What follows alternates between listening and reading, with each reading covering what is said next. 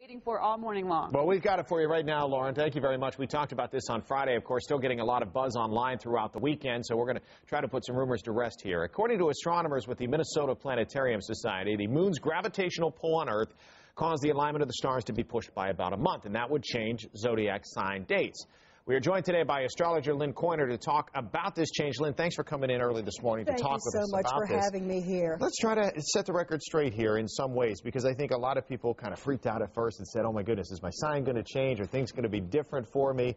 What is this based on? And is there some validity, I guess, to what these folks are saying up in Minnesota? This astronomer was absolutely correct. There is the precession of the equinoxes, and it does influence a type of astrology called sidereal astrology.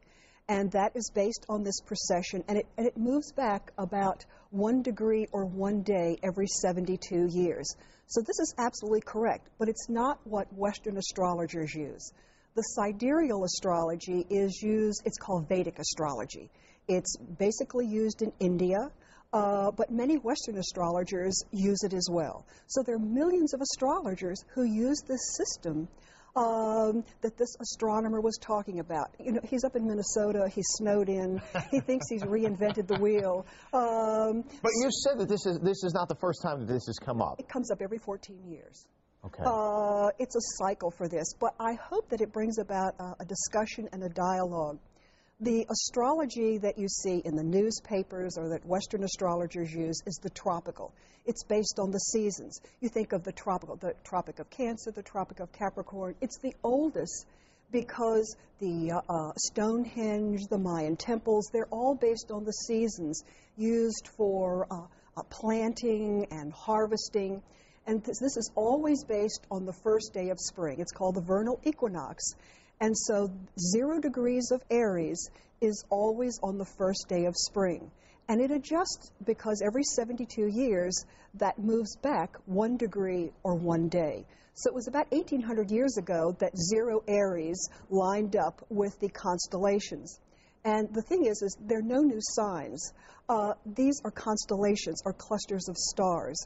We use signs, and the signs always start with 0 Aries at the first degree of spring, and they're divided every 30 degrees into 12 segments. So I always say, unless there are more than 360 degrees to a circle, there can't be more signs. Well, who knows if somebody wants to change that at some point, but for now we know that's going to be the case. Let's set a couple other things straight here. So first of all, what you're saying, and for most people, when they look up their sign in the newspaper or we do it, that's what we typically follow here in the Western world. That's not going to change. Yes, that's a tropical zodiac. Which is good, because for those of us who look up what our traits may be according to our sign, for me, as a Cancer, I couldn't be a Gemini, I don't think. I just don't think it would work that way. I don't think so.